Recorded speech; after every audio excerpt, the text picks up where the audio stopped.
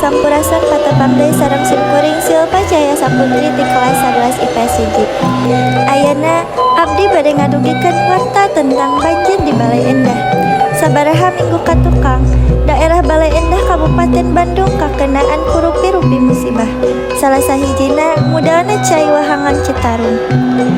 Dumasar kana data anu aya kurang lebih 1.576 imah katut wangunan sakola jeung pamarentahan kakeum ku Cai Wahangan Citarum.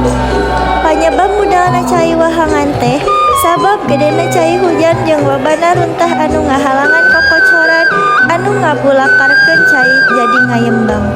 Pamarentah daerah geus ngadata korban jiwa ka sabaraha tempat sabab dumasar kana hasil laporan ti warga masyarakat teu saeutik ayana korban jiwa anu kabawa banjir.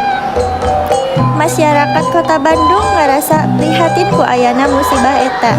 Masyarakat oge ngayakeun tarekah ngumpulkeun warga keur sumbangeuneun ka warga nu keuna musibah eta.